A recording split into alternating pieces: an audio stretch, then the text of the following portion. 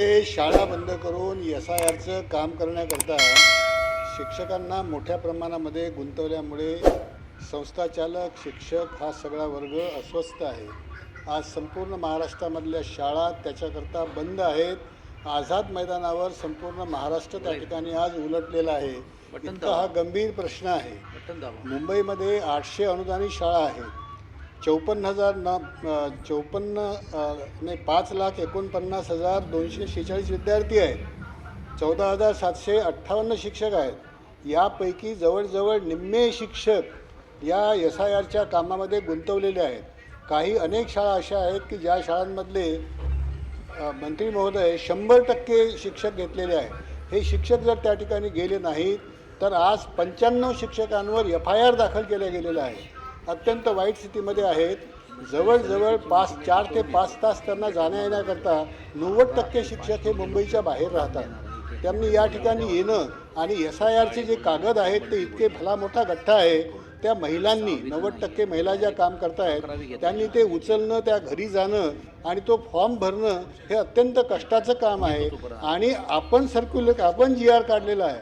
आपला ॲक्ट आहे. आपल्या ॲक्टप्रमाणे शिक्षकांच्या सेवा या निवडणूकपूर्व कार्याकरता घेता येत नाहीत अशा प्रकारची स्पष्ट तरतूद आहे. आपण GR काढला होता. आणि त्या GRमध्ये सुद्धा आपण नमूद केलेलं आहे की हे काम जे आहे हे निवडणूक पूर्वेचं जे काम आहे हे शिक्षकांनी करण्याची आवश्यकता नाही, कारण ते अशैक्षणिक काम आहे. याच्याशिवाय 5 न्यायालयाचे निर्णय आहेत, उच्च न्यायालयाचे निर्णय आहेत की ज्या निर्णयामध्ये शिक्षकांना हे काम देऊ नये. सर्वोच्च न्यायालयाचा एक निर्णय 2006चा तो कोट करून त्यामध्ये असं नमूद केलेलं आहे की शालेय वेळेच्या व्यतिरिक्त या शिक्षकांच्या सेवा घ्याव्या. ग्रामीण भागामध्ये अशा प्रकारच्या सेवा घेताना अडचण येत नाही, कारण त्या गावामधल्या प्रत्येक घराचा परिचय हा त्या शिक्षकांना असतो. घरी बसूनसुद्धा किंवा शाळेत बसूनही ते काम होऊ शकतं. मुंबईमध्ये जे कामं दिलेले आहेत 1100 घरं एकेका शिक्षकांकडे दिले. ज्या भागात त्यांची शाळा नाही त्या भागाच्या व्यतिरिक्त हे दिलेलं आहे. आणि एवढं मोठं काम करण्याकरता त्यांना शाळेतून उचलून घेऊन जातं. अत्यंत वाईट ट्रीटमेंट दिलं जातं. FIR दाखल केलं जातं आहे. हा आपल्या डिपार्टमेंटच्या आदेशाचा अवमान आहे. कारण 2023मध्ये आपणच GR काढला आणि आपण हे काम अशैक्षणिक घोषित केलेलं आहे. अशैक्षणिक घोषित केल्यानंतरसुद्धा ते बळजबरीने देत आहेत. मला वाटते हा शालेय शिक्षण विभागाचा अपमान आहे. आपण हे जोरकसपणे त्या ठिकाणी जे कोणी निवडणूक अधिकारी असतील त्यांना आपण हे मांडणं आवश्यक आहे. आणि आपल्या शिक्षकांची सुटका करून ह्या शाळा ज्या बंद पडलेल्या आहेत त्या कारणावरून त्या सुरू झाल्या पाहिजेत. आणि विद्यार्थ्यांचं कधीही भरून न निघणारं जे नुकसान होते आहे त्या नुकसानापासून त्यांना संरक्षण दिलं पाहिजे. विस्ताराने त्यांनी मांडलेलं मी मांडत नाही. माझी एकच सूचना आहे त्यामध्ये 2007चा सुप्रीम कोर्टचा निर्णय असल्यामुळं शिक्षकांना हे काम करावं लागेल आणि त्यांचा अतिरिक्त म्हणजे जे रेग्युलर काम आहे ते सोडून हे करावंच लागेल असा निर्देश आहे. त्याचा आधार घेऊन आपण त्यांच्यावर ड्युटीची लागतो. परंतु आज देखील अनेक शाळांनी शिक्षकांनी बंद पुकारलेला आहे, ज्याचा उल्लेख अभयंकरजी केला. आझाद मैदानावर काही बसलेले आहेत.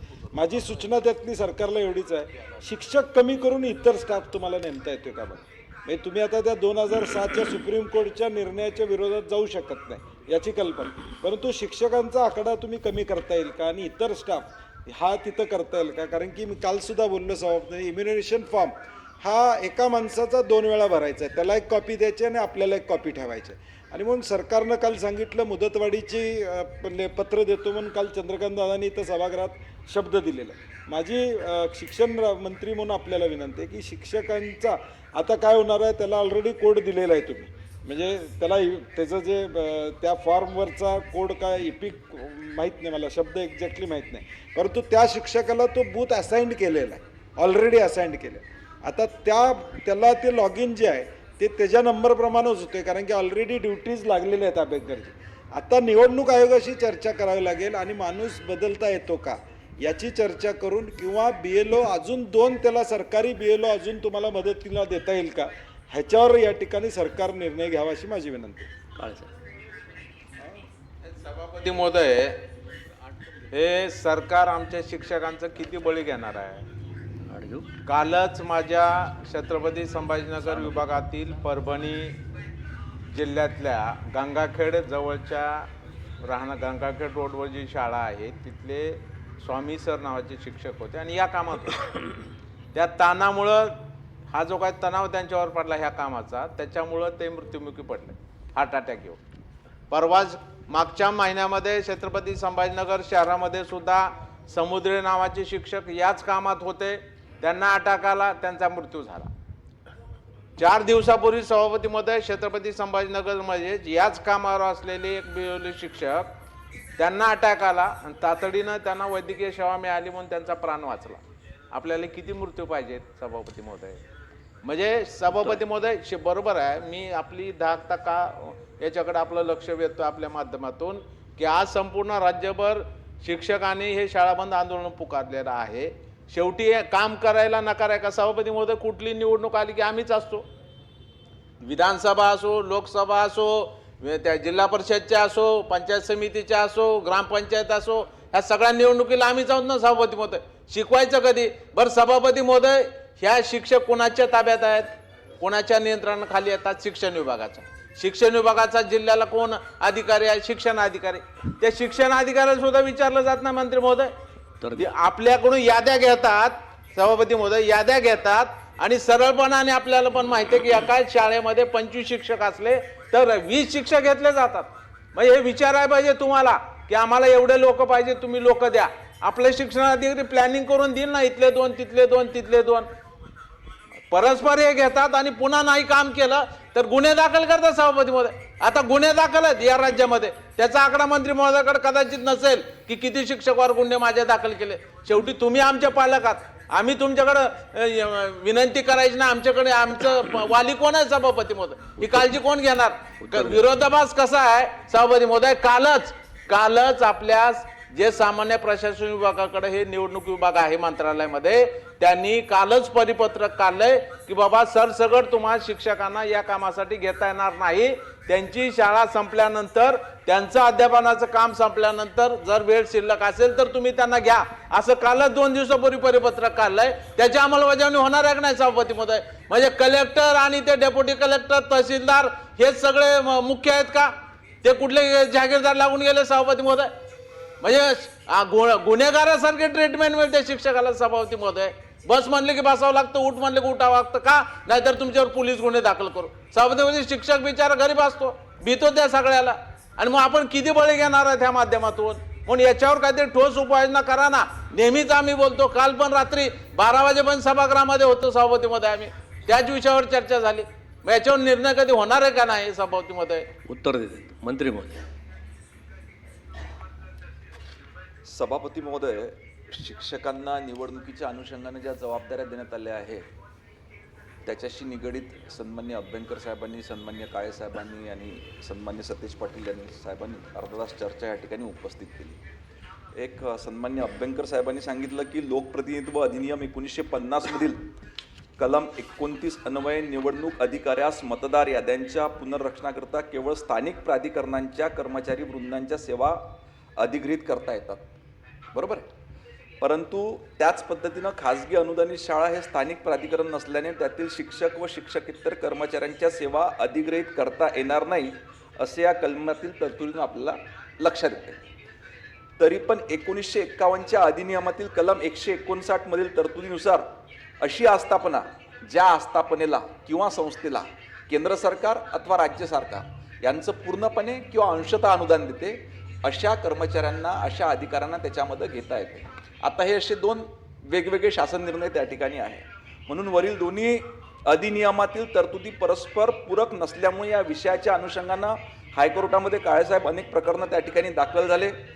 प्रकरणं त्या याची पार्श्वभूमी जाऊन न्यायालयानं त्याचे निकाल देखील दिले. आता ह्या ज्या आपण शिक्षकांच्या व्यथा या ठिकाणी मांडल्या त्याचा विचार करता शिक्षकांच्या सेवा निवडणूकपूर्व कामकाजासाठी अधिग्रहित करावयाच्या मुद्द्याच्या अनुषंगानं शिक्षक, विद्यार्थी, पालक इत्यादी घटकांमधील जो असंतोष निर्माण झाला ते घेऊन मुख्य निवडणूक अधिकारी कार्यालयाने 27 जूनला एक पत्र काढलं आणि मार्गदर्शक सूचना सर्व स्तरावरील निवडणूक अधिकाऱ्यांना त्यांनी त्या ठिकाणी पाठविलेल्या आहेत. माननीय सर्वोच्च न्यायालयाने सिव्हिल अपील क्रमांक 5659/2007 या प्रकरणी पारित केलेल्या न्याय निर्णयास अनुसरून दिनांक 28 जानेवारी 2008 रोजीच्या पत्रान्वये भारत निवडणूक आयोगाने मतदार याद्यांच्या पुनर्रचनाकरता शिक्षकांच्या नेमणुकीबाबत जे सतीश पाटलांनी साहेब त्यांनीच आदेश त्या ठिकाणी दिले आहे. तसंच 27 जून 2026 रोजीच्या पत्राद्वारे वरील निर्देशकांचा पुनर्रचना करण्यात आला असून त्या अन्वये शिक्षकांना केंद्रस्तरीय मतदान अधिकारी म्हणजे BLO या पदाचे कामकाज प्रत्यक्ष अध्यापनाच्या काळात सोपविण्यात येऊ नये. सुट्टीच्या दिवशी तसंच अशैक्षणिक तासांमध्ये हे काम त्या ठिकाणी द्यावं. काही जिल्हा निवडणूक अधिकाऱ्यांनी शिक्षकांना पूर्ण वेळेकरता कार्यमुक्त करण्याचे निर्देश दिले. हे त्या ठिकाणी जेव्हा लक्षात आलं तेव्हा सदर पत्रान्वये ही चूक सुधारण्याबाबत संबंधितांना देखील आदेश त्या ठिकाणी देण्यात आलेले आहे. तरी देखील अभ्यंकर साहेब ऐका, तरी हे प्रकरण संवेदनशील आहे. शेवटी आपल्या राज्यातली पिढी ही येणारी पिढी आपल्या राज्यातले शिक्षक त्या ठिकाणी घडवीत असतात आणि आपण लोक देखील याची दखल घेऊन त्या ठिकाणी त्यांचे प्रश्न सभागृहात मांडत असतात. हा प्रश्न देखील अतिशय संवेदनशील आहे आणि शिक्षकांच्या ह्या दिलेल्या जबाबदारीची ताण त्यांच्या शैक्षणिक कामावर येऊ नये याच्यावर उपाय निघण्याकरता माननीय मंत्री महोदयांच्या दालनात आपल्या मग तातडीनं बैठक लावण्यात येईल.